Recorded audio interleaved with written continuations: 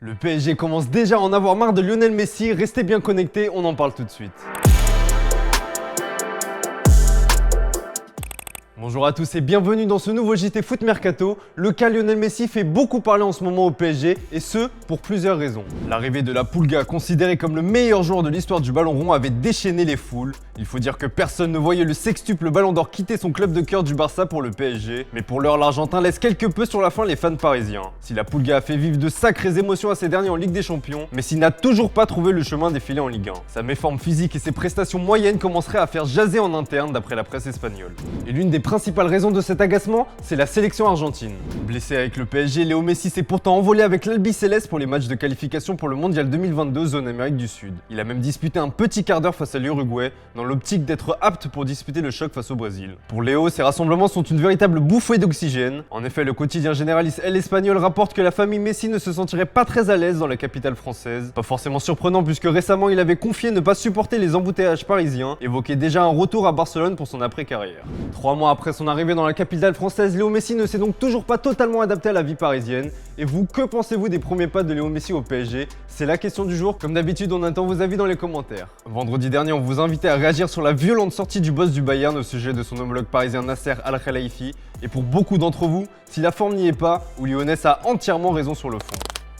Au Barça, les premiers choix de coach Xavi commencent à se dessiner et l'une des premières victimes pourrait se nommer Memphis Depay. Malgré un début de saison canon, le Néerlandais a quelque peu levé le pied ces dernières semaines et le départ de son compatriote Ronald Koeman fait soulever quelques interrogations en Catalogne. On se demande notamment si son statut d'intouchable ne serait pas remis en question avec l'arrivée de l'Espagnol, d'autant que ce dernier a fait une sortie dithyrambique sur Ousmane Dembélé, qu'il considère comme l'un de ses éléments majeurs pour la reconstruction de son effectif. Pour moi, Dembélé peut être le meilleur joueur du monde à son poste s'il est bien préparé, il a des qualités footballistiques spectaculaires, il peut faire la différence au Barça et devenir un crack mondial.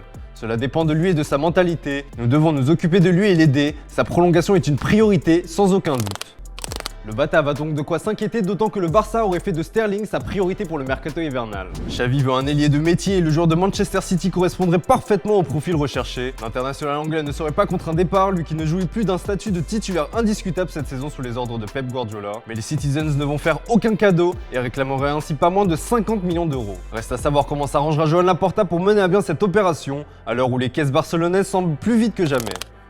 Si le Barça devra mettre la main à la poche sur certains dossiers, les Catalans opteront plutôt pour la méthode du transfert à coût zéro sur d'autres. Et d'après la Cadena Ser, le Barça pourrait rapatrier un ancien de la Masia. Il s'agit de Xavi Simons, la pépite du PSG qui ronge pour l'heure son frein avec l'équipe réserve. Xavi a en tous les cas donné son feu vert dans ce dossier. Des premiers contacts auraient déjà eu lieu en avril dernier avec son agent Mino Raiola. Il pourrait s'intensifier dans les semaines à venir, compte tenu de la situation contractuelle du joueur de 18 ans et de la position du PSG et de son entraîneur Mauricio Pochettino sur la gestion de ses jeunes.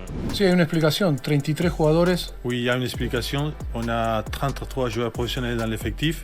Comme je l'ai déjà dit avant, les jeunes joueurs aussi ils ont besoin d'espace pour pouvoir se montrer. C'est pas l'idéal pour un jeune joueur de s'entraîner avec l'équipe professionnelle et après les week-ends jouer à la PlayStation à la maison. Ils ont besoin de jouer, de compétir et c'est vrai que dommage cette possibilité-là aujourd'hui elle n'existe pas et c'est vrai que pour lui les faits des joueurs sont une très bonne chose. Et on se quitte avec l'image du jour qui nous vient d'Argentine. En ce 15 novembre 2021, Paulo Dybala souffle ses 28 bougies. Et ses partenaires en sélection n'ont pas manqué de lui souhaiter en envahissant sa chambre avec des confettis à gogo.